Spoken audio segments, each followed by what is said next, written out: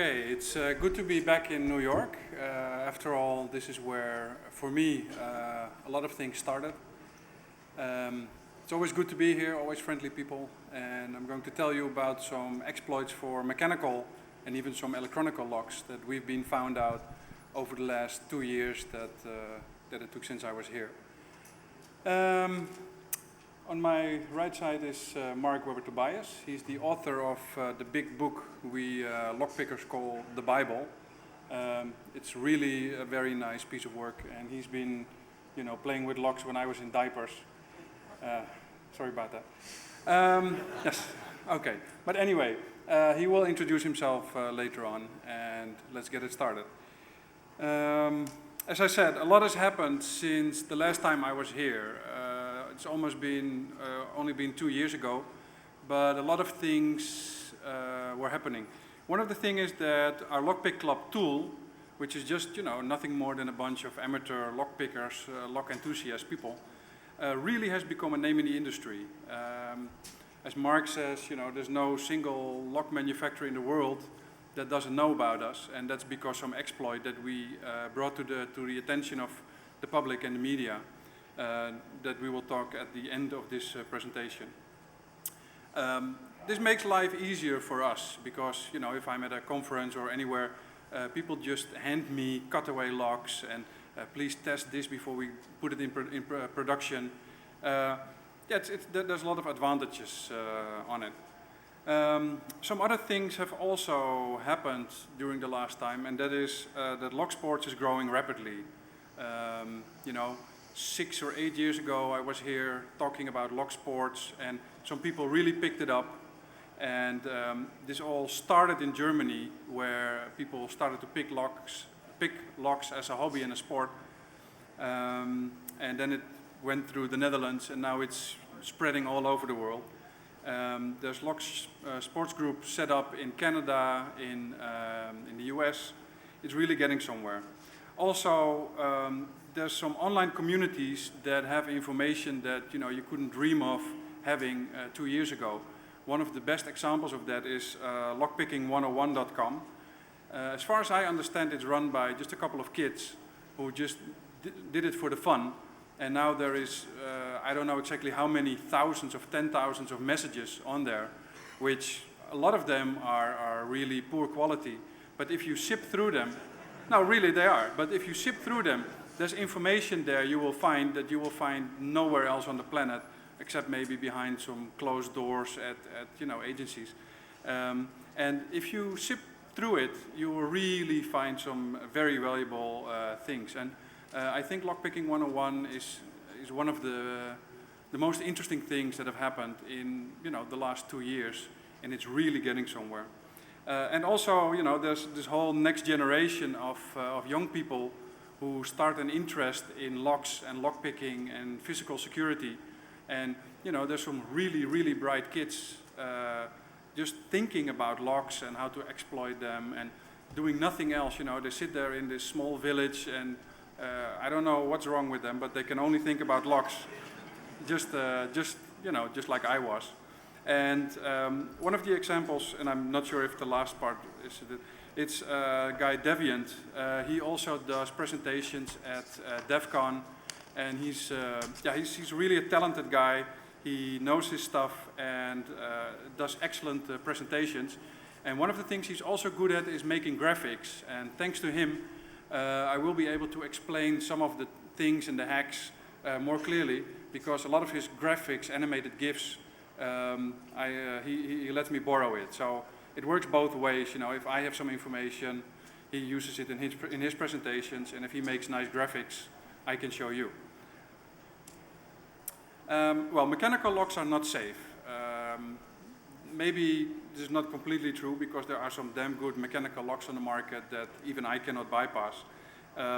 But at the end of the day, mechanical locks just, they have some fundamental problems.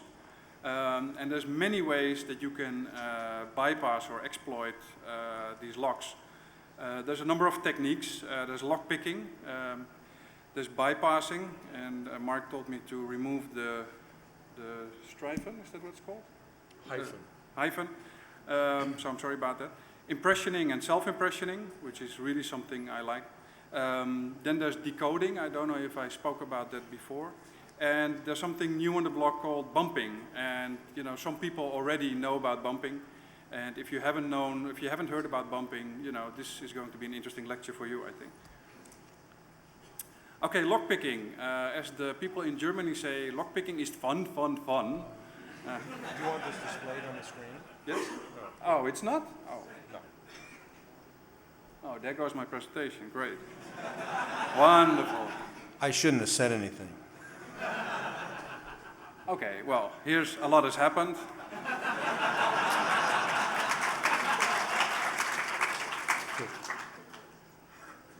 Mechanical locks are not safe. Okay, fun, fun, fun. Okay, well, lockpicking really got me hooked into learning about locks, because you can only pick a lock if you know how it works. If you don't know how a lock works, it's going to be damn difficult to open it. It can be done, but if you want to get somewhere, you really need to take locks apart and understand about them. As I said, locksport groups have formed worldwide. At Tool we have a new style game. It's some sort of competition where we have a box of 26 locks, and everybody at Tool can try to pick these locks as fast as they can, and they can try as many times as they can. So for instance, the number 1 lock might be a Schleek, for instance. And when I first start to try to pick the number 1 lock, it takes me 10 minutes and 5 seconds. And then I think, okay, now I understand it a little bit better. So I pick the number 2, or I pick it again, and now I can pick it in 8 minutes. And then when I'm looking to my right, I see that somebody else picked that same lock in 25 seconds. And I'm like, okay, how did you do it? And then, this brings a level of knowledge transfer between people. Like, how is it possible that you can do it in 25 seconds while I can do it only in 8 minutes? And this really gets people to think about locks and to copy techniques from each other that are successful.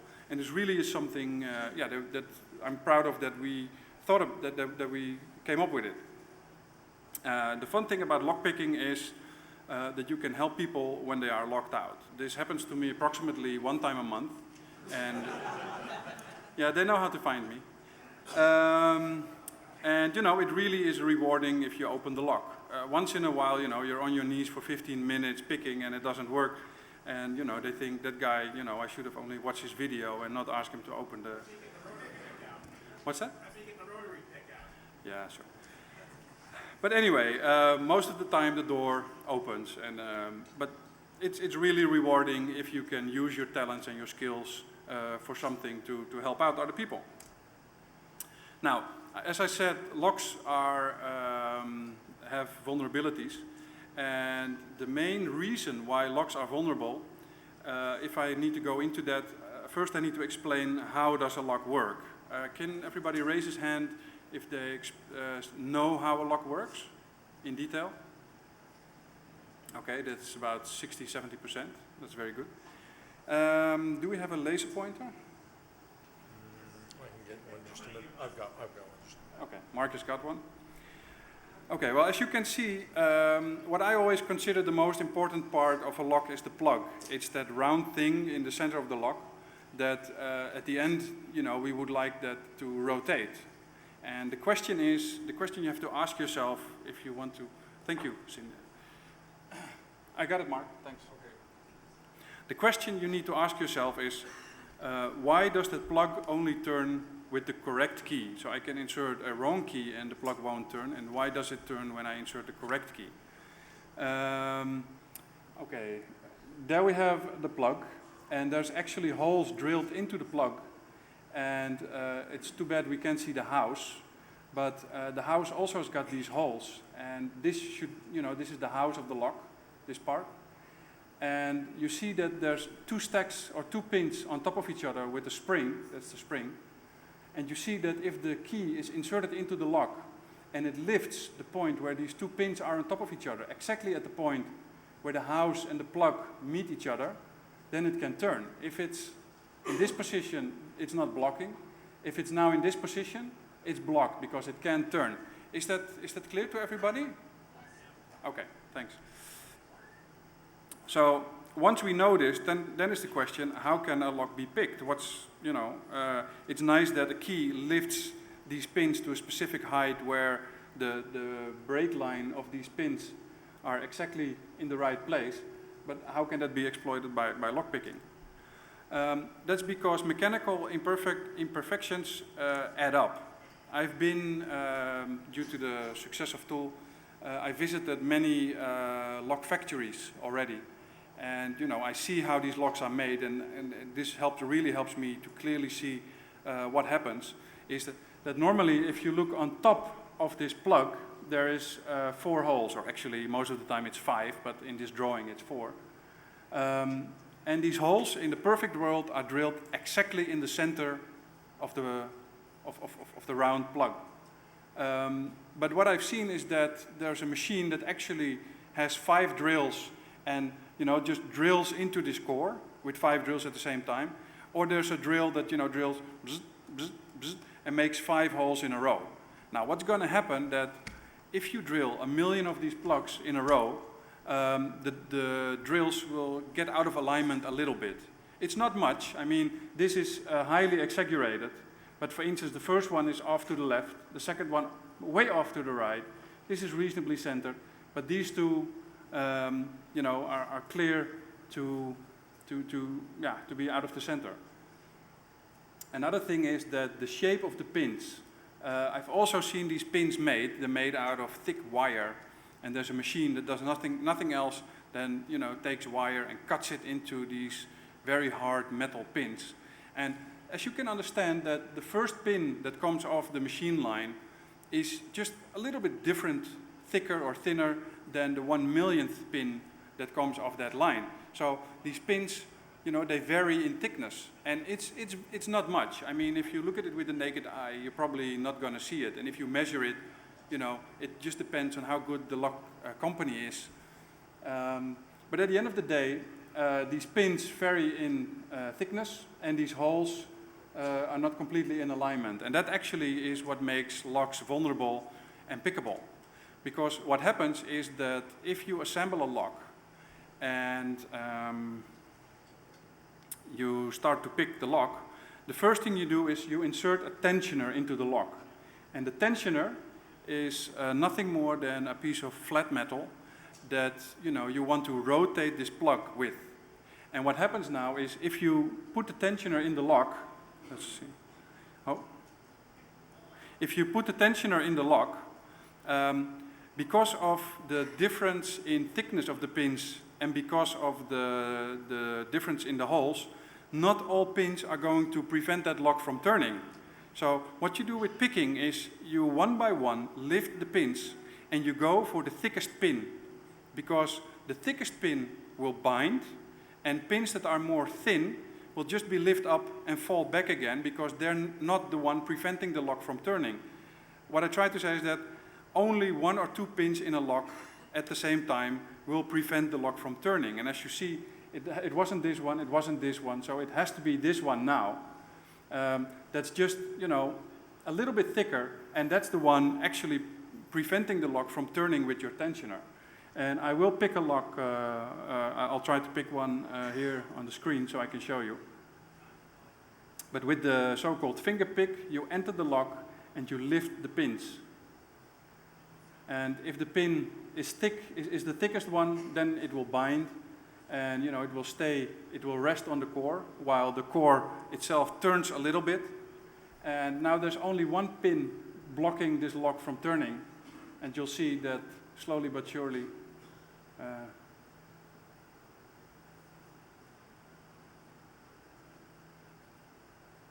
the lock should turn. Yes. Your computer is slow. I don't think so. Well, it's maybe viruses or whatever. Anyway. Okay, so this is lockpicking in theory. I will try to show you with the document camera. Anyway. Okay, now people, when they see my pick set, they're always really impressed, saying, oh, how can I play video here? Click on it. Just put the cursor on it. Put the cursor in the middle and click. You know what? I'll just switch to the document camera and show the set. Okay.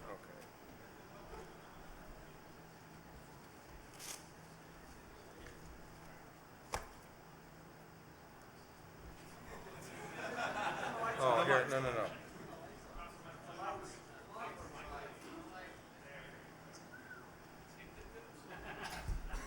Okay, now people, when they see that, they think, wow, if I had a big tool set like that, I could open a lot of locks.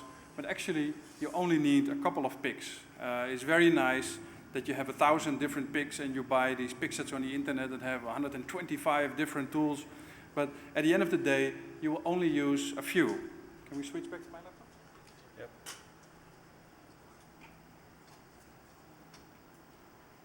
Oh, which one is it? Is it? Yeah, there Yes, you go. yes. Yep. Okay. Oh. Okay, at the end of the day, you only need a few picks. What's most important about a good pick set is that you have a wide variety of hook picks. And as you can see, these are the hook picks, the finger picks. And this is a pick set we have specially made for Hope number 6. So, you really should try to get one. And these are 2 rakes. And later on we'll be at the 2nd floor where there's a lockpick village, and we'll train people, and explain how the lock works and how to pick locks yourself. So you should really try to visit us and experience the joys of lockpicking yourself. It's not that difficult on most locks, and the more difficult the locks become.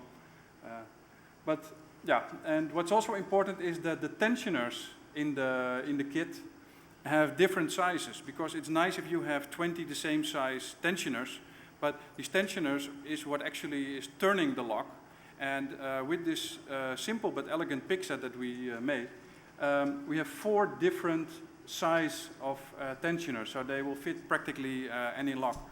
And I'm really proud of this pick set because we sat down together with somebody with a CAD/CAM program and we drew it ourselves. So this really is what I consider one of the best pick sets, and it's not that expensive either. So it's $30.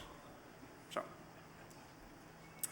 okay, now we see how lockpicking works. So what did the industry try to prevent picking? Now here's where Deviant's moving GIFs come in. For instance, they have designed the so-called mushroom shape. It's a special pin that if you put tension on the plug, it will go already a little bit. And the head is much thicker than the rest of the pin, and it will actually be caught there. And this is what makes life difficult for a lockpicker, but on the other side, it keeps it interesting. They also made very narrow keyways. If you can see, this is a European EVA lock. It's got an extremely narrow keyway that goes from left to right, zigzagging all the way up. So the tools are almost impossible to fit in this keyway, while the key, of course, can. There's no problem for that. They also designed dimple locks, that have small holes instead of V-shaped cuts. Yeah, these can also be picked, but require special tools. Is there an interest that I pick a lock on stage to show you how it works, or shall we do that at the 2nd floor? You want to see it? Okay. Yeah, just do it. Okay.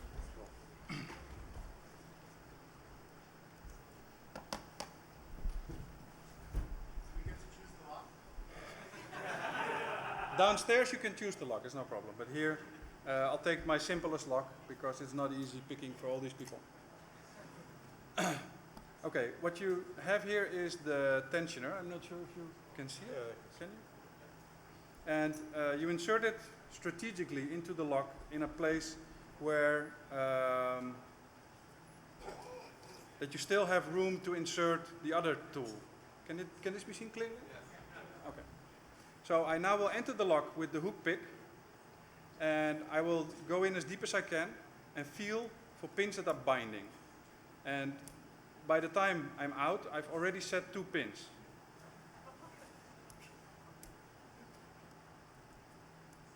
There's 2 more. And open. Okay. Now this is a very simple lock, but it's picked, and you know this is actually all there is to it with picking locks. So really come down to the second floor later after this presentation, and we'll show you how it works.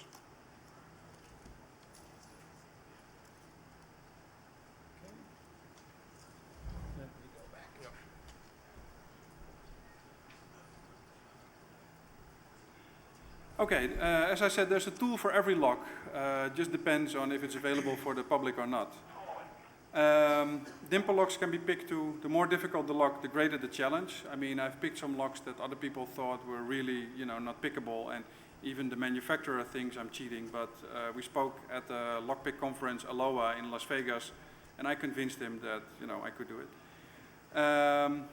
And there's no such thing as an unpickable lock. It sometimes just takes forever to open.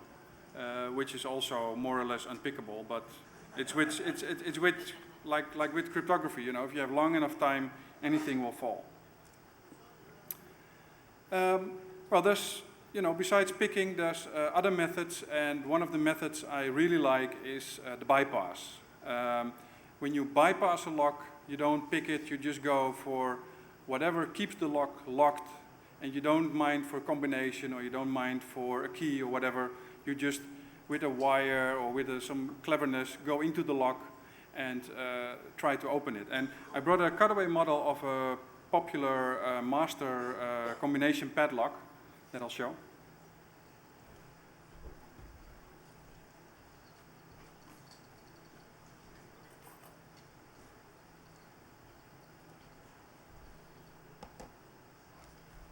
And that's terrible. Don't zoom in too much. No, it's just terrible light.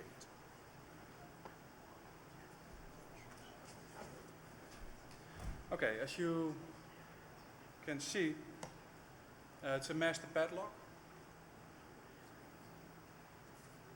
The nice thing about it is that it's a cutaway model, so you can actually see what I'm doing. And what I'm doing is I will use this shim to go into the combination. So I'm not sure if you can see it.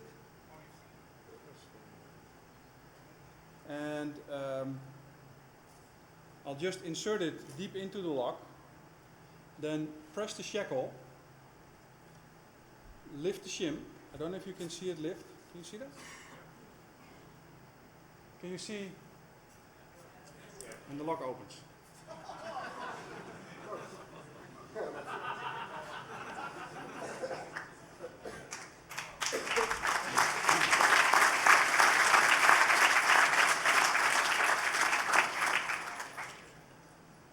The problem is everybody thinks this is a secure padlock, as many others, and in reality they aren't.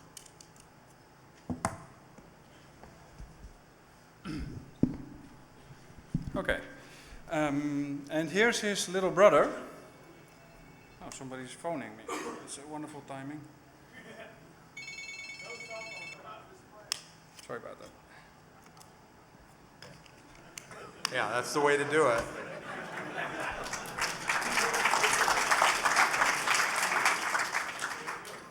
Okay, here's its little brother, and I found that it's actually a little bit more tight to enter the tool, so I really hope it works. Can you zoom in a little?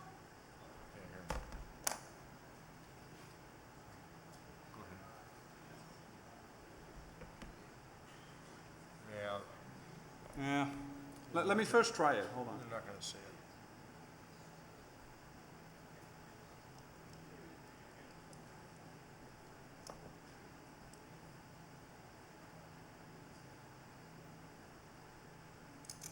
Okay, it's open.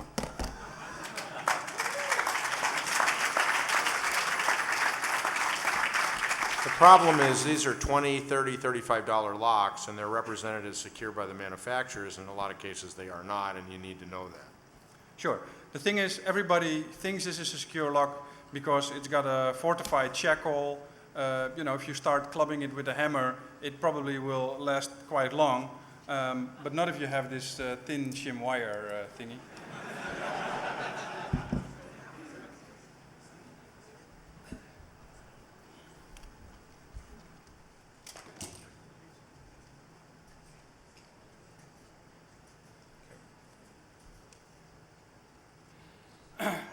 Now, there's other ways to bypass security, and what I'm going to show you now is something that is actually from the gray area of NDE teams. That means non-destructive entry teams that the police and intelligence agencies, they have these special teams that you can only dream of entering.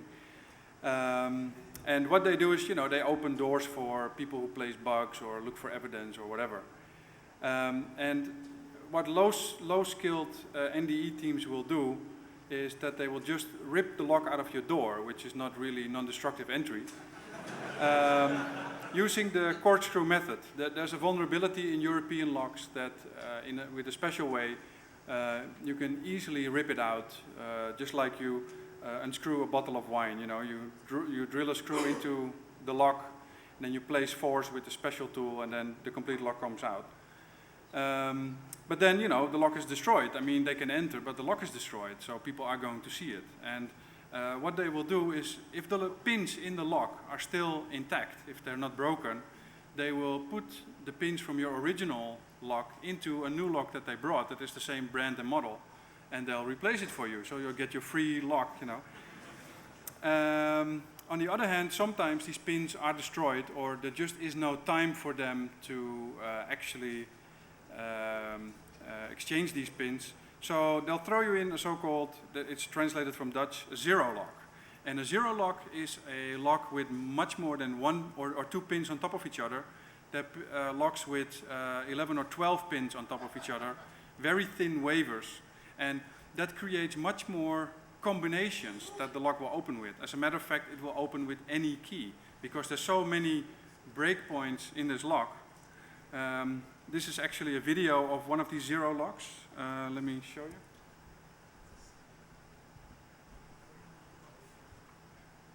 Okay, as you can see, there's 2 parts remaining in the core. 2, 1, 3. What I'll now do is I will insert another key. I'm sorry about this being so dark. But here are all the disks, all the stacks. And you see 3, 1, 1, 2, 0 is what, is the combination extra of this key. And I will do one other key that will have yet another combination. And this lock will actually open with any key that fits the lock. And it's also a way of bypassing security. It's taking advantage of how locks are made, and we only care if our key fits, and we think if our key fits, that's the only thing that fits. Oh yeah, it will work with the screwdriver, no key at all.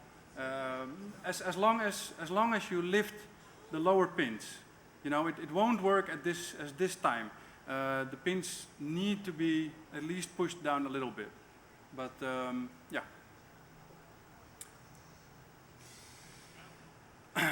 Then there's impressioning, and impressioning is really one of the things that I really like about opening techniques. Impressioning is where you put tension on the lock, and by doing that the pins bind, and then you have these binding pins either scratch, make a dent into metal, into your key, or push a pin down. And this is actually what I'm going to do. As a matter of fact, impressioning can also be done with very simple tools like a roll of toilet paper. And some people already know about where this is heading to, others will not. So we'll go back to the document camera and I'll show you something.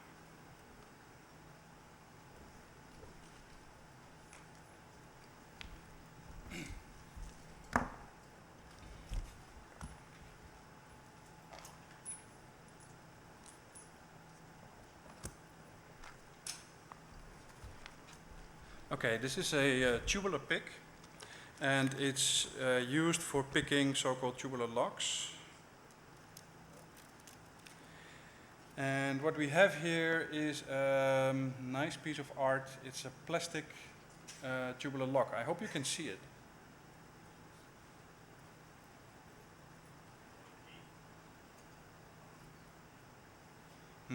Okay, this doesn't come out as nice as I had hoped.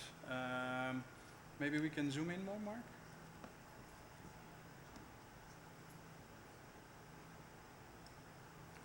This is a real quality camera.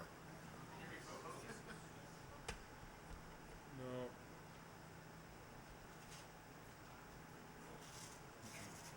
It's not going to do it. Nope. No. It's not going to do it. I think they had a problem with their regular camera. Okay. Well, these tubular locks, I think you've all seen them before. Could we move up a little then? Because then it is in focus at least.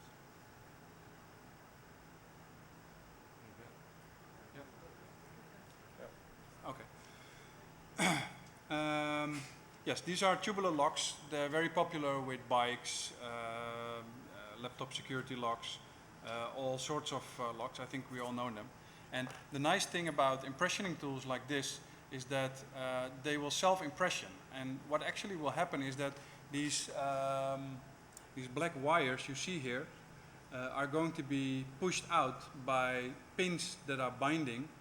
And if I just wiggle it time and time again, here, it already goes. I don't know if you can see it, but it's already picked. It really can go really quick. This is by itself, you know, quite an high-tech lock. And if you can see here, I don't know if you can see it on the camera, but the pins actually push back these black pieces of metal because they are bound. And when that happens, you know, the lock creates the key for you, and it's really a very nice technique. Okay. You want me to show you the one with the toilet paper roll, or? Yes. Are you sure? Yes. Okay.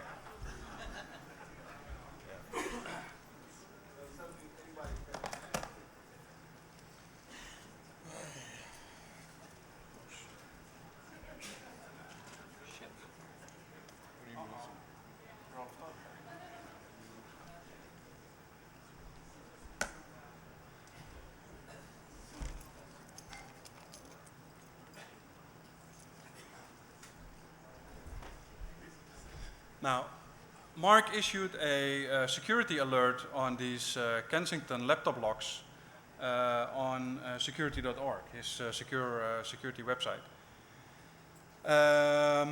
And I visited a conference, and at this conference, some people asked me, you know, can you show us how to open these Kensington locks with the so-called pen trick? So instead of this impressioning tool I showed you, you could use a specific pen by the big brand, and but you know, these pens were not available in Europe where this conference was. So I really tried hard finding material that would be hard enough to push the pins in, but be soft enough to have dents made in them. And I tried everything. I tried cards from the hotel, business cards. I tried a lot of things, and I was really, you know, at one moment thinking, okay, what material should I use? And then I was at one place, and I'm not going to tell you where it was, and I saw this roll of toilet paper. And as you can see, the lock is open now. I don't know if you can see that. And if you insert the toilet paper roll I made, like this, and wiggle it, now bear with me.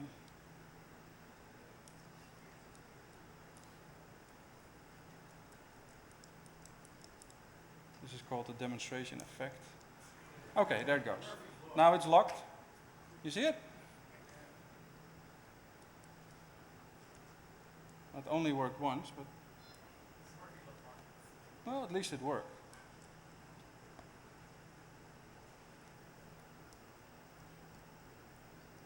Well, at least I made my point and the thing worked.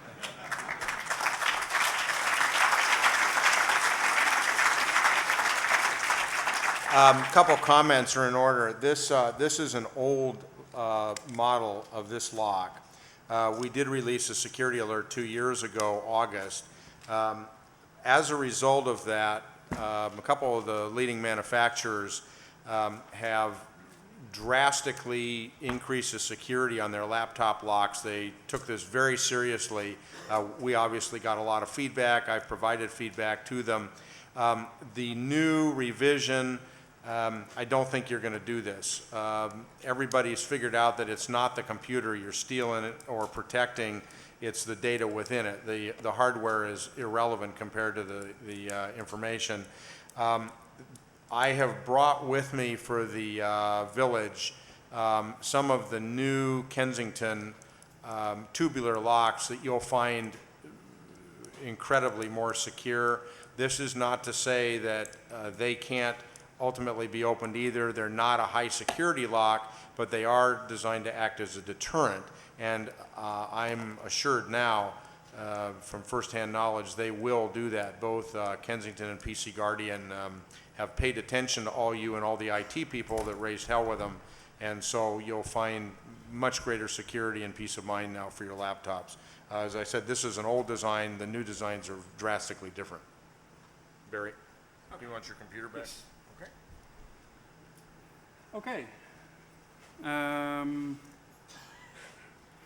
Yes, and then there's a thing called decoding, and decoding is also an interesting technique because with decoding you don't open the lock with the tool. Decoding will just, reveal the combination of the lock to you, and then you can make a key afterward.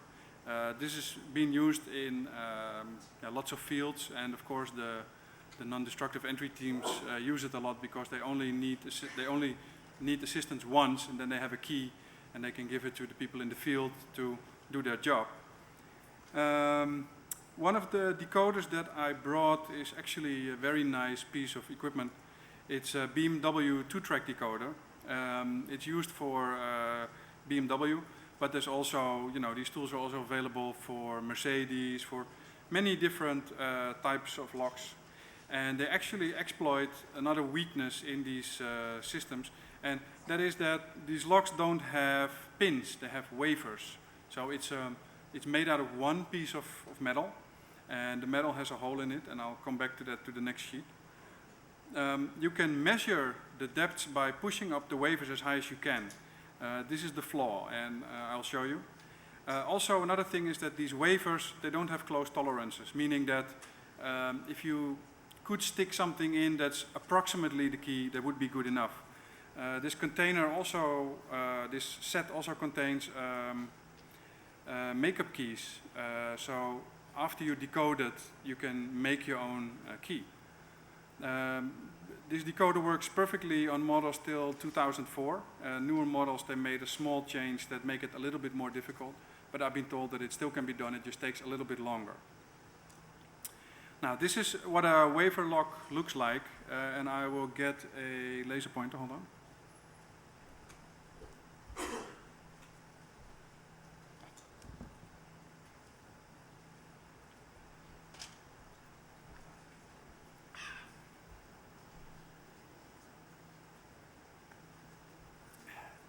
Okay, yeah, this is what a wafer lock looks like. As you can see, in the 0 position, if there's no key in, the little knob will just stick out of the core, and it will prevent it from turning. In real life, there's the same notch you see here is also on the upper side. So I don't know why Deviant didn't draw that, but I think he should have. What's that? Ah, okay, well, this is version 0.9, I heard. Anyway, there is, with this BMW lock, there is actually 4 combinations. So the wafer can either be a wafer 1, 2, 3, or 4. And the only difference is that the distance between the gap and the top is different. So they're all identical, but this distance, the 4 has got a very small notch, the 1 has got the biggest notch, and that's actually the only thing that's different of these 4 levers, 4 different levers in the lock. There's 8 of these levers in the lock, and as I said, the tolerances are sloppy. Let's see. This is the decoder tool, and it's a really nice, high-quality tool. It's made in Germany by a company called Zfix. They also sell, you know, lots of great and interesting tools. And what you see on the side are the so-called makeup keys or setup keys. And the weakness of this lock is also that if you have a setup key, and for instance, the combination should be 1, 2, 3, 4. You know, there's a lock that contains every waver, 1, 2, 3, and 4. If you use the setup key, you should only have to use the setup key with the difference between 1 and 2. So we call that 1. And the difference between 3 and 4, we call that 2. So they converted it to half-step keys. So a 1.5, 1.5, 2.5, 2.5 will also open, or 3.5, 3.5 will also open this lock. So, and I'll show you, let's see, yes. Yeah, if you want, I can show you the tool on the crappy display, if you people find that interesting. What's that? I don't know if I'll see it. Yeah, let's see. How far we get.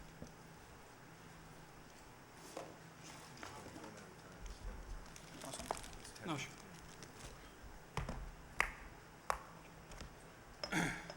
You see it? Okay. Now here's the tool, and it's got a little needle, and I don't know if you can see that sticks out here.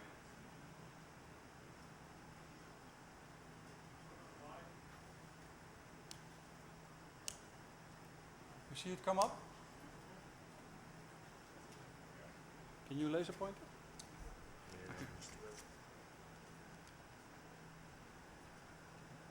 Actually, if you look there, you'll see something move. And this is what lifts the levers. And you can adjust it with this slider to set which lever you want to decode. And then if you insert it into the lock,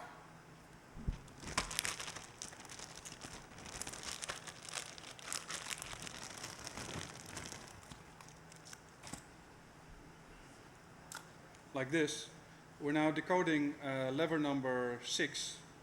And if you turn it, and you feel, you know, that can go beyond 2, then, you know, you just decoded your lever, that it's, and then later you can use the setup key to actually make a key that fits the lock. But, you know, I'm going to spare you that. It's just to show you what's available on the market for really high-tech tools. And as I said, there's a tool for every lock. And yeah, this really is, you know, very high quality.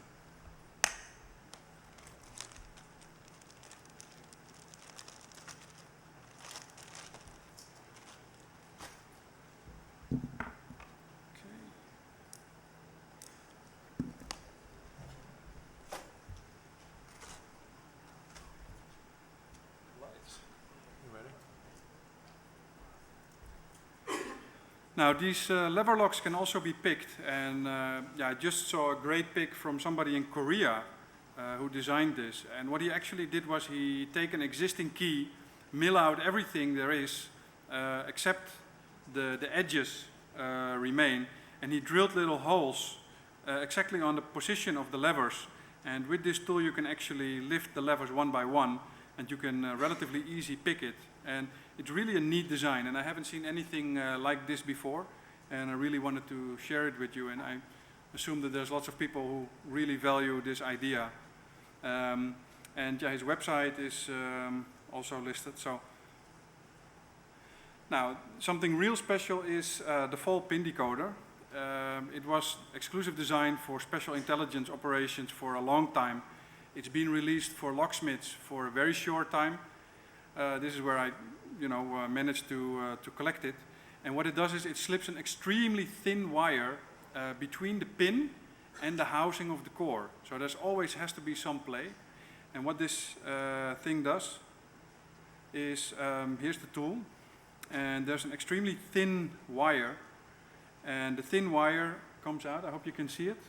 And that wire is so thin that it will slide between the house and the pins. And there's an angle on the tip of this wire. So as soon as this wire reaches the point where these two pins are on top of each other, it wants to creep in this small crack, and you will feel it. So, you know, you can feel how much wire you need to insert into the lock. And if it's 5.6 millimeters, then you know that the pin is a pin 6, for instance. And if the wire is less or more, you know, you can identify the length of the pins with this piece of wire. And this actually is one of the most clever tools that I've seen in a long time. And yeah, I'm happy that I have it in my collection. So let's see, what more do we got? Yes, there's the snapper tool and the pick gun. I think people have seen this already before. Works with the transfer of impact energy. You all know Newton's cradle, I think.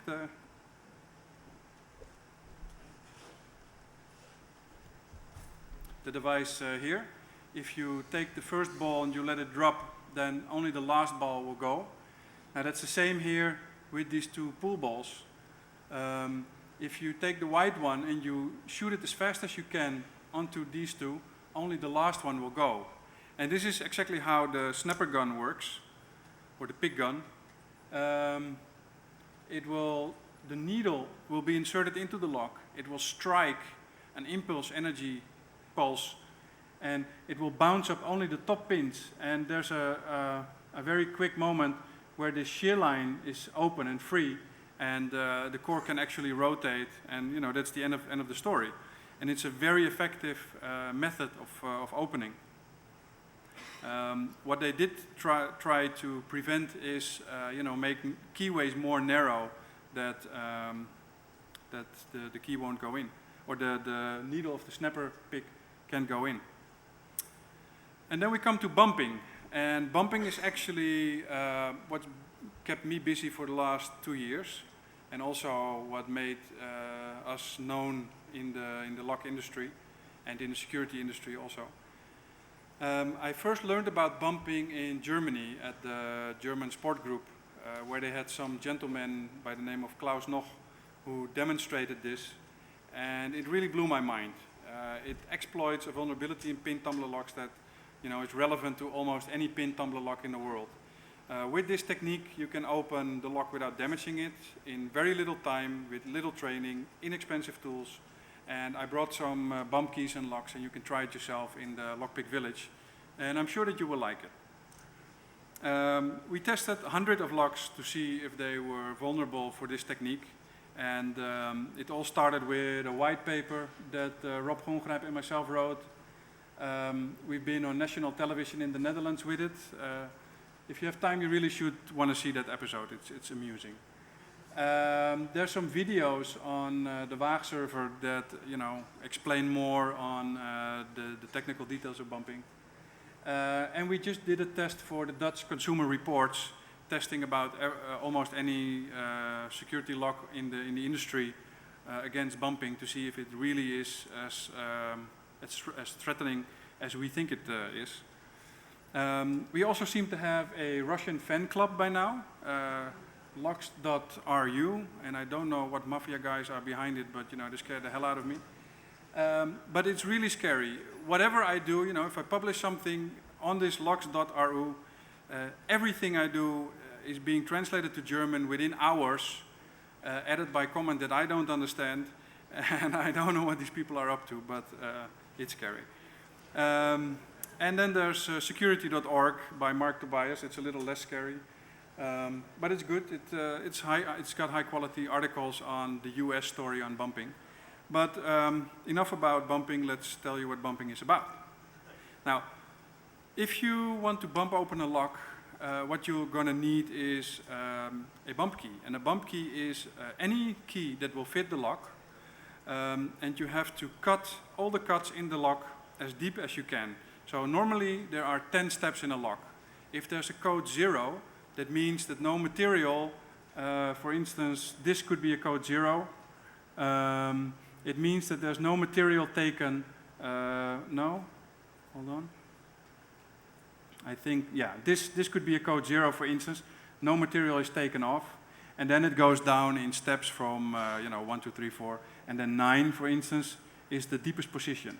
Now, what you do with bumping is you take a key or you take a blank, doesn't matter, and you cut every cut there is to the deepest position. That's the first step. Then you remove a small fraction of the shoulder of the key and the tip of the key. This is, like quarter of a millimeter. I don't know exactly what that translates to in inches or whatever. And then step number 3 is, if you've taken off some of the tip and the shoulder, you insert the key into the lock and you push it with your thumb and you feel if it comes back a little bit. So there is springs here, and these springs will actually try to push the key back out again. Step 4, the tomahawk. There was a gentleman in Germany, Kurt Schulke, who designed this impact energy tool. And it's nothing more than a small mallet, but he really thought about it for a long time before he finalized his thing. And this really is what you need to open locks with the bumping method. Although, as we speak, bumping is gaining popularity, and there's other people making these hammers too, because Kurt is 92 or 93 years old and he doesn't make a whole lot of these hammers.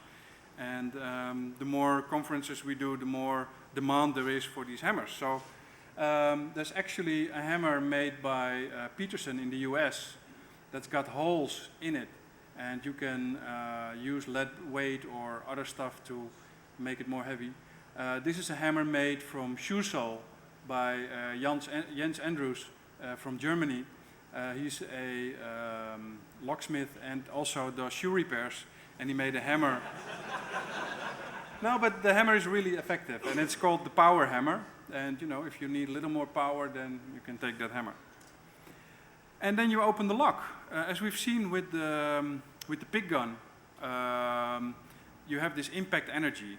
Now what you do with the 999 key is you insert it into the lock, you make sure it wiggles a little bit, you hit with a hammer or with a tomahawk at the head of the key, and what will happen is that the energy that goes into the lock needs to go somewhere, and the top pins will just move up, and that's it. At that moment you can turn the lock. Now there's a little timing issue, but once you master that, with this technique you can open any lock of that brand, or almost, you should always be a little bit careful. So it doesn't matter if it has these spool pins or mushroom pins or whatever, if it's a standard lock and you have a key that fits it, you cut the key down, you take off a little bit of the shoulder and you hit it with the right equipment and you turn it at the right exact moment, the lock will open. Ooh, there's thunder as the moment I say it. No, but this really, has high impact on security, and Marc will tell you all about it. He will also tell you what we learned, because I think we're running a little bit out of time. So sometimes it can damage the lock a little bit. There's a glue gun shoulder that will prevent the lock from denting. So I don't know if you can see it, but these are actually glue gun sticks. And if you cut them in half and you glue them, that will prevent the lock from denting, especially if the shoulder that's here is completely removed and only the plastic of the glue gun shoulder is there. If you become friends with your locksmith, they can cut you 999 keys, as what they are called, or bump keys. You can also, take an existing key and just file it down yourself. Just put the key in a vise, go down, just estimate how deep you need to go. The problem that you think you would run into is that you get out of alignment a little bit to the left or to the right. That's not necessary, because these keys self-align. The pins in the lock are really hard. The metal of the key is very soft. So if you hit it a few times and you're not completely aligned, the pins will make an impression in the key, and the key will align itself. And it's relatively simple to do it. The industry tried to come up with some things. What do you think, Marc? Should I bump some locks on stage to show the people? Just do one or two, and then I'll get into the Okay. one that's there. Yes, I'll just show you what bumping looks like in the real world on the document camera.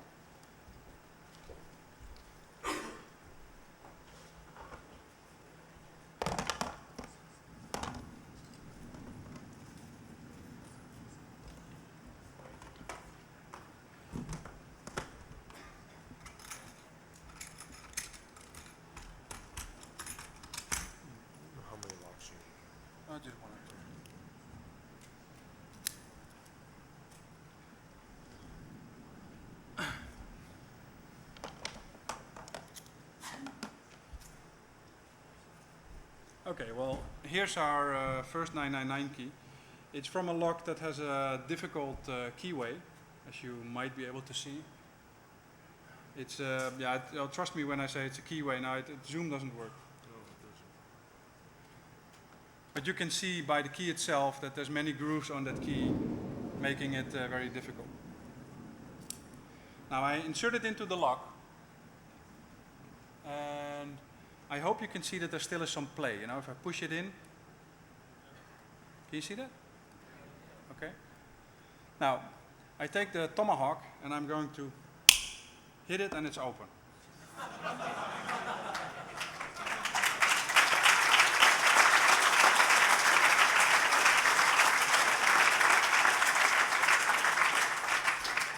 I think by now you understand what got the industry to, note this tool, because this actually applies to a very wide range of locks. I'm going to try one more. For instance, here's a dimple lock. It's got 15 pins, so it's got 5 pins from 3 different sides. And in theory, it should go just as easy, I hope. Let's see.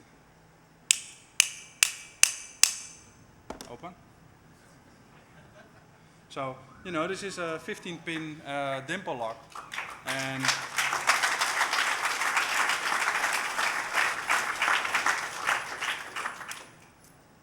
now Marc is going to talk about other locks.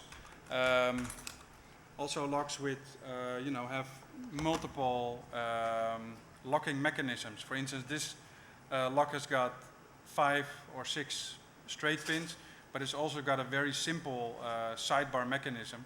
By the way, this is a very old lock. It's not being produced anymore. The people upgraded the lock a long time ago, but it's a good example on why it is good that they actually upgraded this lock.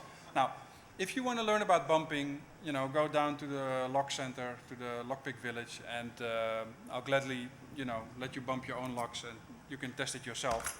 But I think this is as far as my presentation goes now. And,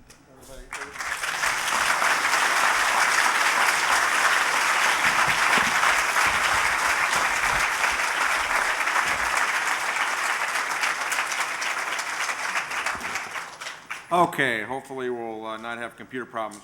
I'd like to make a few comments. First of all, I'm really here to talk to you. As I think the bio says, I'm a lawyer, but I also do a lot of security work around the world, and I deal with the covert methods of entry. I work with several manufacturers and government organizations, and I do a lot of training, and I deal with the legal aspects of all of this. And at the end of the day, this all looks good. I'm here to bring a little reality to this as far as what the real threat level is. You may wish to go to our website, and it's also, we have all of Barry's white papers on our website, but also I decided when I was in Cologne in March to sit down and really analyze the threat level that bumping presents. This, as I'll point out, is affecting about 95% of the pin tumbler locks in the world. Some high security locks, but we'll talk about that.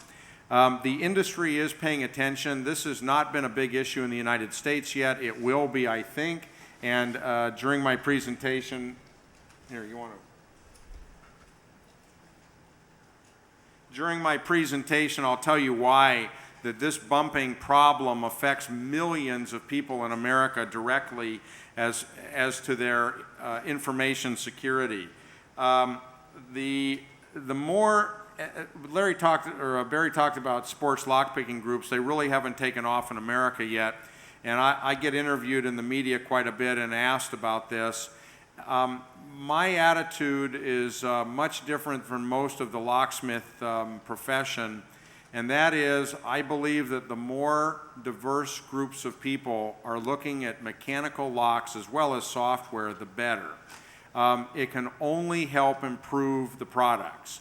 The manufacturers that are making poor locks or easy to open locks, they should either be forced to fix them or the public should respond by not buying them. Everybody needs to understand, and that's really why I'm up here today. You folks, especially those of you that have IT responsibility, which is going over into the physical security area, you need to understand the risks so that you can make your own risk assessment and decision whether these locks offer or provide enough security for your environment. And that's really what all this is about. All these demonstrations are great, but you should carry away one thing. Most of these locks, the lower level locks, are really not secure. And so if you understand that, we'll have done our job today. So today we're going to talk briefly about bumping technique, the background and theory. What is the threat to security? This is not an obscure issue. This is not a theoretical or a laboratory issue. It is real world. In Europe, it's attracted a lot of attention. I suspect it will in America. What's secure, what is not, the legal issues I'll address briefly, and a real world case example that may surprise everyone. Bumping is what I term a new old threat. It's been known for at least 25 years. I learned bumping up in Denmark many years ago. A lot of the locksmiths up there used it, but they used it in a different procedure at first, and it was called wrapping. And what that meant is the locksmith would take a lock on his workbench and he'd slam it on the bench while putting a little bit of tension on the back of the plug, and he'd open it. And so from that, the locksmiths in Denmark figured out that if they put a key in with all the cuts cut as low as they can be, which translated to a code 9, you have to understand every manufacturer assigns depth coding to each of the different pin lengths that are available that make up what your key looks like. So the deepest code on the primary lock in Denmark was a 9, hence the term 999 key. So this, for 25 years in Denmark, was known, but nobody really paid any attention to it, including myself. And in the first edition, second edition of my book, it had very short mention. It was detailed, but not a lot. Then came the folks in Germany and the Netherlands in about 2004, and all of a sudden this took off. I think first it was on television in Germany, and then Barry Wels and Tool picked up on it and really started looking at this issue. What came out of that is a new serious threat based on about a 350-year-old law of physics. And as I said, it's not popular in the US, but it's getting there. The Netherlands test. As Barry said, the Consumer Reporting Agency in the Netherlands, the most popular, decided finally last year to test about 70 different manufacturers and locks in the Netherlands to see how secure or how insecure they were. Well, and I looked at the tests they ran. They were valid and they were comprehensive. And they were very systematic. They weren't skewed. They weren't weighted. They bought locks that were off the shelf. They didn't get them from the manufacturers. So they were sure they were dealing with what the public was dealing with. In March, their report was released, and then subsequent to that, we released our white paper as far as detailing the real security threat from the legal and technical standpoint. The Netherlands tests really validated bumping as a security threat. And y'all need to understand that this is in large measure due to the work that Tool, Barry Wels, Falle, and a number of others, folks that I've dealt with overseas, they really promoted this issue. They went to the manufacturers. A lot of the manufacturers really didn't get it. They didn't believe it. They didn't understand it. They didn't think it was a problem. They do now. Bumping poses a serious threat to security in the United States. It affects millions of locks. It affects critical infrastructure locks that are often protected by insecure locks. I would venture to say the handbook that Homeland Security just released, with about 70,000 locations that they deem as prime targets, most of these are protected by inexpensive 5 or 6 pin tumbler locks that can be bumped open. This really needs to get fixed.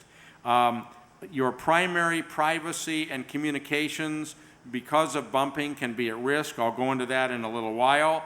And there are, for you IT people, as you know, there are federal laws regarding the protection of information and secure assets that can be violated if you don't have the right kind of lock, specifically HIPAA and the Oxley-Sarbanes Act.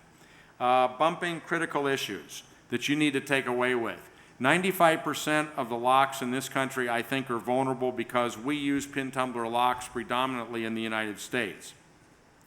Everyone who relies on locks needs to understand so you can make your own security assessment. And there are legal issues of liability involved, as well as obviously security issues. So why is bumping a threat? It's the simplest form of bypass. There are a number of methods of opening locks, as Barry Wels addressed. The primary methods are picking, impressioning, decoding, master key extrapolation, which was delved into a couple years ago, and then there's bumping. And I just include bumping as another mode of bypass, but it's more dangerous because of my 3T 2R rule. And that is, all locks and their security are assessed by the manufacturers and underwriters laboratory, VDS in Germany, all the rating organizations. They're really rated in terms of my 3T2R rule, and that is how much training, time, and what kind of tools are required to open the lock, and what's the repeatability and the reliability of the process. In the case of bumping, it meets all these criteria for most of the lower quality pin tumbler locks, and in fact, even some of the higher quality locks with prior intelligence can be opened. So there's two primary threat levels regarding bumping. One is if you have system intelligence, and two, the availability of keys. Now let's talk about the availability of keys first. You want to make a bump key, or more importantly, you're worried about your facility being compromised because somebody's going to bump open the locks. How difficult is it to get a key? Not really. Even sometimes if it's a restricted keyway, that makes it more difficult. But let's take a common lock like you buy at the hardware store, Kwikset, Dexter, whatever. The problem is that these locks are sold everywhere, and if you can match the keyway and buy locks at the hardware store from a jobber, from a locksmith, from Home Depot, you can turn any key into a bump key. That's the problem. And it's not difficult to do it. Barry didn't demonstrate up here today how to make bump keys. I just actually shot a very detailed video with Barry in Amsterdam that's on the next edition of Lock, Safes, and Security, that we really went into this. But the bottom line is a few dollar file the keys, and they can be modified to become a bump key. That becomes a serious threat. If you have the key, there's a real problem. And then we have system intelligence. System intelligence means, do you know anything about the locks that you're going to open or are going to be opened ahead of time? This becomes very relevant when you're talking about some high security locks. The locks that use sidebars such as Medico, Primus, and ASA, they all have predefined sidebar codes in the system. Some of these locks can be bumped open, even the higher security locks, if you have the sidebar code. And I need y'all to understand this. Medico, it probably is the leader in the high security lock field in America. They literally own about 80% of the market in this country. They're overseas, but America's their main market. They manufacture in Virginia. They are excellent locks. I'm sure most of you have heard of them or are familiar with them. These are the pins that lift and they rotate in order to open the lock. Well, some of these locks can be bumped open if you have the sidebar code or the angle cuts of the keys. If you do not have that prior intelligence, you will not bump open these locks. Now, ASA, in some models, that's also true. Schlage Primus is probably the #2 high security lock vendor in the United States. They're a huge company. I have not been able to bump open the Primus because of the tolerances and the way it's manufactured. That doesn't mean someday they may not be bumped open, but presently we have not been able to open them. So we have threat level 1, we have no intelligence. We have no information about the lock. It's a standard pin tumbler lock. We walk up to it, we stick a key in that's been cut to a bump key, we open it. With prior intelligence, you know something about the system and you may be able to get it open. Threat level 2, producing bump keys. You can do it from blanks, you can do it from cut keys. Or you can now buy pre-cut bump keys on the internet. Now, my attitude about this as a lawyer and a security person, I perceive this as a real threat. For legitimate locksmiths, for researchers, for security analysts, for IT folks that are analyzing security, okay. But the wholesale sale of bump keys that are pre-cut for specific keyways, that may become a serious problem. Covert methods of entry and security ratings. As I mentioned, we're talking about special tools, training, experience, and the time required. The easier that becomes, obviously, the higher the threat level. So again, what is security in a lock? In a perfect world, no lock can be opened without the right key or code. Unfortunately, we don't have a perfect world. The reality, levels of difficulty or resistance to forced and covert entry techniques, it depends on the type of lock, it depends on secondary locking systems, and it depends on security enhancements such as sidebars. So you need to pay attention, and let me tell you, you get what you pay for in locks. If you think you can protect assets for a $20, $30 lock, $15 lock, you're wrong. They can be opened and you need to understand that. So, as I said, bumping is a method of covert entry. I think this PowerPoint's going to be published online, and so I'm not going to go into all of this. You folks can read it later that are interested in it, but bumping is a very effective method of covert entry. And again, it was developed in Denmark about 25 years ago, but actually it was developed about 350 years ago by Sir Isaac Newton, who, through his third law of motion, for every action there's an equal and opposite reaction. Pin tumbler locks really had not been invented in 1650 or thereabouts when Sir Isaac Newton came up with his theory, but that is what bumping is all about. When you apply energy to the bottom pin, the top pin moves. And if you time it right, the top pins and the bottom pins will split long enough for you to rotate the plug and open the lock. So there's 6 critical elements. The key with the correct keyway, all of the depths are cut to 9s. You have a bumping technique. You have a method to apply energy to the pins, or the tomahawk or Ken Pearson's tool. You have torque and timing, which means you have to put torque on the plug and hit it, or hit it and then put torque on the plug. It depends on the lock, and it's all about training. In the Netherlands experiments or tests that Consumers Reports did, they showed a video to the lay participants that opened the locks. The video was a short video off the internet. In less than an hour, and sometimes a lot less, they were opening locks. This is a problem. Okay, so number 1, key with the correct keyway. As I said, commercial stores, locksmiths, I would take issue with Barry.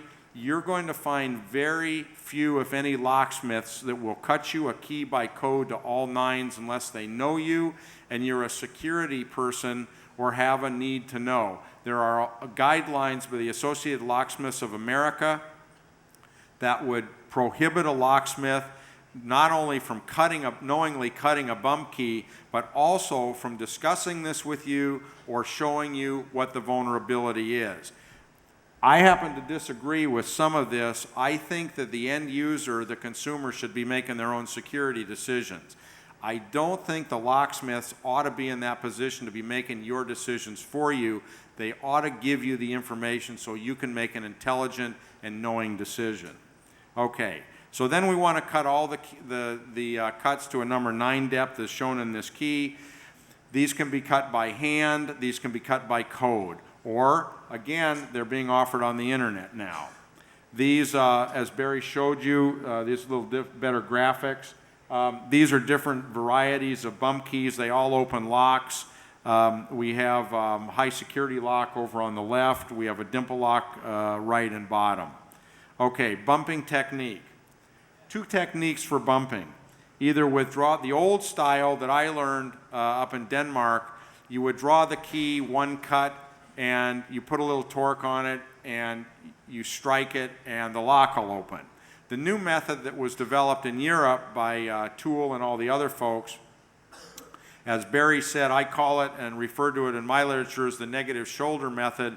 You trim about 1/4 millimeter off the shoulder so the key can move forward slightly in the lock, enough to apply energy to the sides of every pin.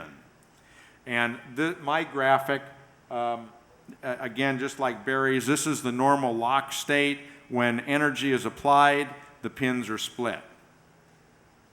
And again, the theory of all this is one of my associates, Moshe Dolev in Israel, who was one of the co-founders, co-inventors of Multi-Lock, with very popular lock manufacturer in Europe, part of the ASA Abloy group. He did a demonstration and he patented a pin that'll prevent bumping. And basically what this shows is how the pin splits up in the upper right-hand corner, and with his pin they stay together so you can't open them. The method of applying energy to the key, the original Tomahawk and Ken Pearson's tool are both shown here. Pearson's is the blue one. They both work equally well. Frankly, a screwdriver head will work. That's the problem. You don't need a special tool to bump open locks. And again, torque and timing, so you apply energy to the key and you open the lock. I did a television interview almost 2 years ago on this with a reporter who knew absolutely nothing. I handed her a 6-pin lock, just a standard lock, handed her a bump tool and a key. She opened it in about 5 seconds. She had no clue how she did it, but she did it. And that, in my state, that got everybody's attention, and that is the essence of the security risk. Again, bumping, it's easy to learn. Training in less than an hour. It's very easy. I was just over at Cambridge. The director of the computer security lab, Ross Anderson, had never bumped a lock in his life. He wrote, for all of you that are familiar with it, security engineering on the software side. He runs the lab at Cambridge. He had never opened a lock. I handed him the tool, opened it once for him, and he opened it. No problem. Bumping demonstration, Barry Wels did that, so we don't need to do that. Pin tumbler locks that cannot be bumped open. As I mentioned, some sidebar locks, some ASA locks, the Schlage Primus, we believe. There are other locks. The EVA 3KS is an excellent example with sliders. It can't be opened. The Medico, unless you have the sidebar code, you will not open it. And even with the sidebar code, I don't think it's a repeatable or reliable process. I get a lot of emails, just like Barry does, from around the world. They're a prime lock to attack. Yes, some have been opened. I've opened some of them, but again, it's not, in my view, a repeatable or a reliable bypass technique with their cylinders. This is just to show you the differences. This is an ASA, and basically it shows the side cuts on the pins. This is a second set of finger pins, as you can see in the upper right-hand corner, that interlock, so you have to engage both. This is the Schlage Primus. The difference between ASA and Primus, although it's the same inventor, Bo Whedon in Sweden, the difference is significant for bumping, whether intended or not. The fingerprints on the Primus need to be both lifted and rotated, and so this presents a significant obstacle to bumping. And as I said, we haven't got them open yet. Maybe. My personal, Barry thinks yes, I think no, and I've probably done more work on Primus than he has, and so it's one of the more secure locks. The EVA 3KS out of Austria is an excellent lock. It's not available in the United States yet, but widely available in Europe. Because it's a slider design, it is bump-proof. Guaranteed, absolutely. It may be subject to other forms of bypass, but it's not going to be bumped open. Generic locks that cannot be bumped open. Warded, lever, wafer and disc, and combination locks. You're not going to bump them open because you don't have 2 pins in the pin stack to split using Newton's technique. There are complicating factors with regard to bumping. And I don't need to go into these, but there are several factors that may make bumping difficult, if not impossible. It really depends on the lock, the environmental conditions, the conditions of the pins, not so much the springs. There's a lot of factors, but at the end of the day, we're opening about 95% of the locks. So that should give everybody a cause for concern. If you folks have investigative responsibility and you have a mysterious disappearance, the problem with bumping is there's generally no external evidence of entry. It affects, if you're working a case where they're just plain old pin tumbler locks, you need to pay attention to the potential that bumping is involved. And there cannot be a sidebar, or if there's a sidebar on the lock, that can make bumping more difficult. If it's a common keyway, that will increase your susceptibility to bumping. And what's the availability of blanks? Now you may ask, what about security pins? What about restricted or sectional keyways? What about the number of pins? And what about removable core locks like Kaba and Best? They don't have any real significant impact on bumping. Doesn't matter whether they have security pins, restricted or sectional keyways, generally the number of pins, or if it's a removable core. They can all be bumped open. And as I said, if it's got a sidebar, you need to know the sidebar code. Was the lock bumped? Again, it definitely was not bumped open. If it was a magnetic lock such as the EVA MCS, they're not susceptible to bumping. Again, if it's a warded, wafer, levered tumbler, disc tumbler, you can't open them. Okay, other legal issues. If you find somebody with a bump key, or if you're stopped with a key that looks like a bump key, it does not necessarily have to have all 9 cuts, the deepest cut. You can actually have a bump key with 8 cuts, 9 cuts, maybe a 0 cut. It depends where the pin tumblers are in the lock. It definitely won't work if it doesn't fit the keyway. If it's an original key and the code number is different than is actually cut, you could have a problem. And where I'm going to is with this, bump keys are just like lock picks as far as the legal requirements of possession of a burglary tool. And a tomahawk would be equivalent to a torque wrench for lock picking. So if you are caught in possession of a 999 key and the circumstances indicate that you're trying to open locks that you don't have authority to open, you have a problem. It's called possession of burglary tools in basically every jurisdiction in the country. And so you need to pay attention to that. And a bump key is very distinguishable from most normal keys.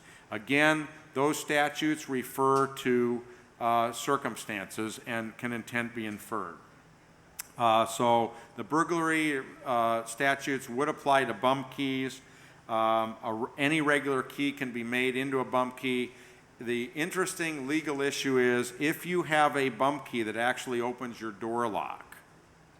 That poses more of a complicated problem, but if it can be shown that it was not produced that way, then you have an issue. There are some defenses that I don't really need to go into, but there would be some defenses to these issues, but not particularly relevant today. Federal statutes, what everybody asked me about. What about sending bump keys through the mail, through interstate commerce, on FedEx, on DHL? There are federal postal regulations and statutes under Title 39, 3002A, and Title 18, which is the Federal Criminal Code. These statutes make it illegal to introduce bypass tools into interstate commerce. The statute was written about 70 years ago. They didn't know about bump keys. And as a matter of fact, the federal statute specifically exempts bump keys from introduction into interstate commerce. So there is no present prohibition as to the introduction of bump keys, sending them through FedEx, DHL, the mail.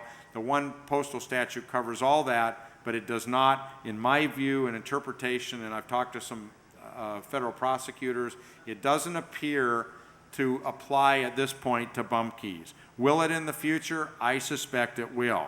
So let's talk now for a couple minutes about the real world of bumping and how it affects you and your businesses and your privacy.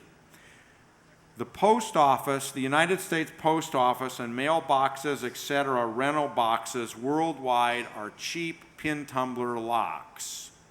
In March, we released a security alert after working with the Postal Inspection Service for 4 months on this issue.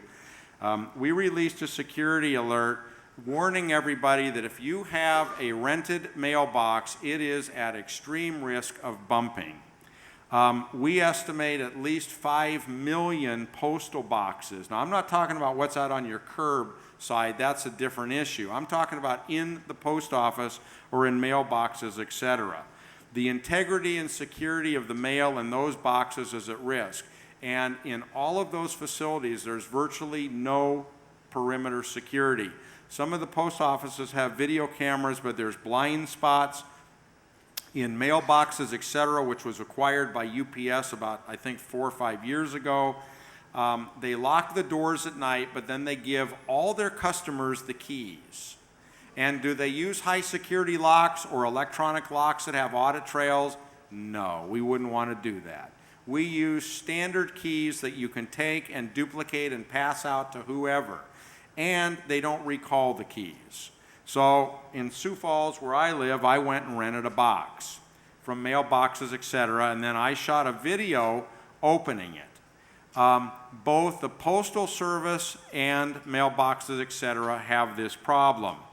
And everybody that has those boxes is at risk. They think they're secure. They are not. The post office is working on the problem, to my knowledge, and I just spoke with a manufacturer of mailbox, etc. locks this past weekend out in Las Vegas. They're not concerned about the problem. So, this is the mailbox, etc. locks. These locks are manufactured in China for less than $1. This is what your security is worth at mailbox, etc., in my view, $1. This is what the bump key looks like that'll open the mailbox, etc. locks. This is a cheap Chinese manufactured lock. It's a US manufacturer, but they do all their work in China. It's not the manufacturer's fault, because the manufacturer also makes the Postal Service locks, which are a lot better than these, but are still not secure. So, $1 or less, made in China. Several manufacturers are making these locks. They're 5-pin, really, really cheap locks. And mailboxes, etc., has 5,500 locations worldwide. So, the security response from mailboxes, etc., I spoke with their chief of security. He instantly got it. He said, oh, this could be a real problem. But when their PR people got a hold of it, after I was on television in my state, their comment was, it's not a problem, we know our customers, that works, and so only those customers that they know would be opening the mailboxes and not anybody else. And we lock the doors at night, but of course we give everybody a key that anybody can copy. So that was mailbox, etc. statement. If you want more security out of these mailboxes, you should demand high security locks. The Postal Service is working on it. It's going to cost them a lot of money. There's 38,000 plus post offices. And so it's a real problem, but they're going to work on it. So if this video runs, this is the video that we did in Sioux Falls with mailboxes, etc. And of course, it's not going to run. Okay, well, that's excellent. Well, so much for our Lenovo laptop, which, by the way, is a brand new laptop. Thank you very much. Okay, so now we're frozen. So, no, I don't think so. In fact, I'm having a conference call Monday with Lenovo's chief tech support because of all the issues. So maybe now they'll get it. At any rate, it's a nice green screen. The bottom line is I walked into mailboxes, etc., and in literally 2 seconds opened my mailbox. the mailbox, the postal service, we did the same thing with a postal inspector. And by the way, the restricted keyways for the postal service we bought on eBay. There's federal prohibitions on distributing or doing anything with these keys. There are other keyways that are sold that will open these locks, which complicates the problem. But the keys and the locks are sold on eBay. Why? Because when military bases around the world are shut down, everything is surplus. So we sell the mailboxes for everybody to buy. And so, again, bumping, from my standpoint, is a significant threat. You need to pay attention to it. Barry's going to have a workshop with the folks downstairs so you can look at the problem yourselves. Does anybody have any questions before I give this back to Barry? Okay, all right. Right, all right, questions?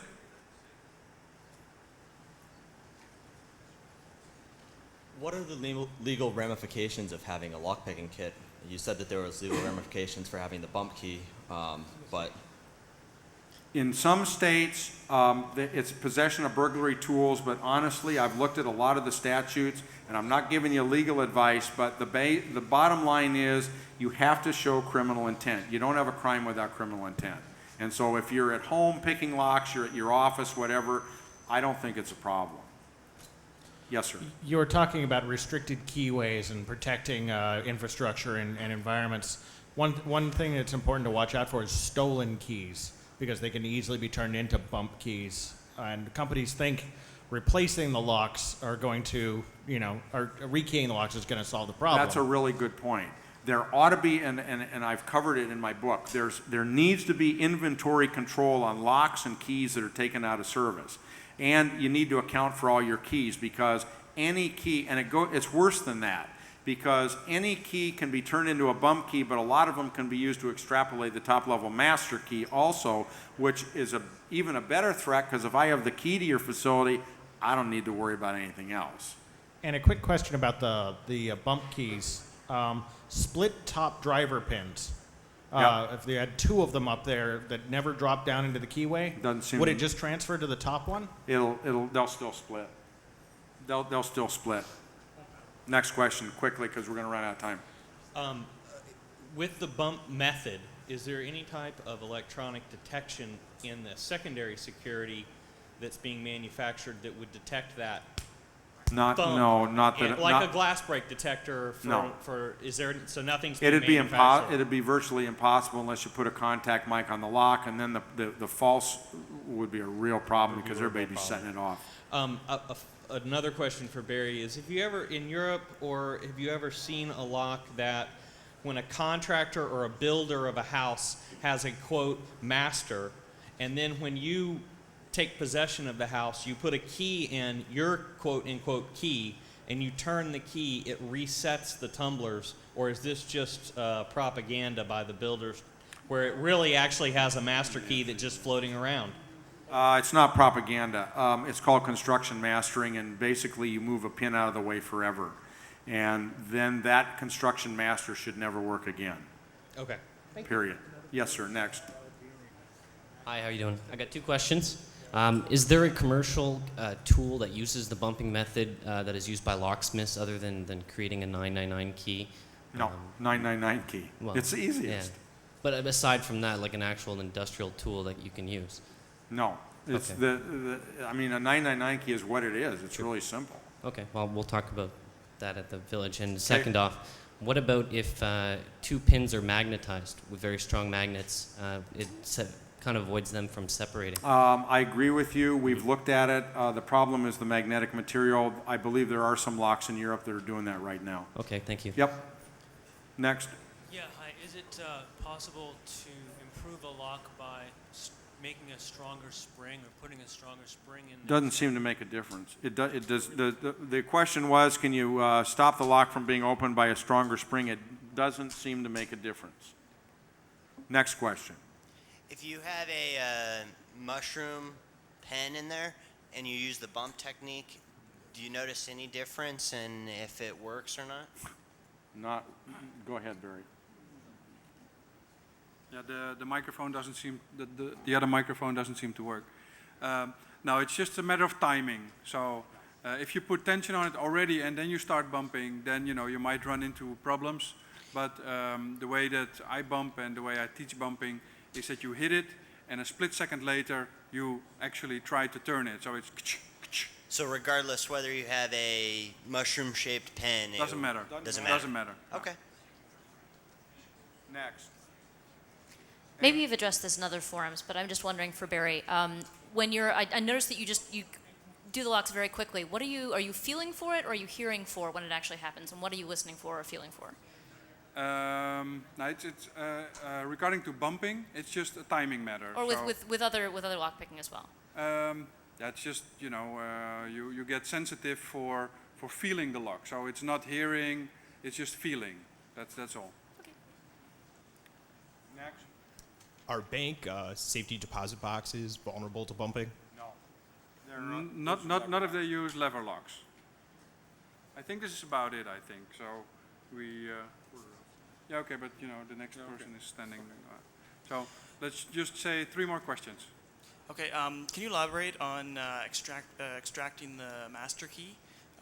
Is there a technique to that? Is there some chance involved?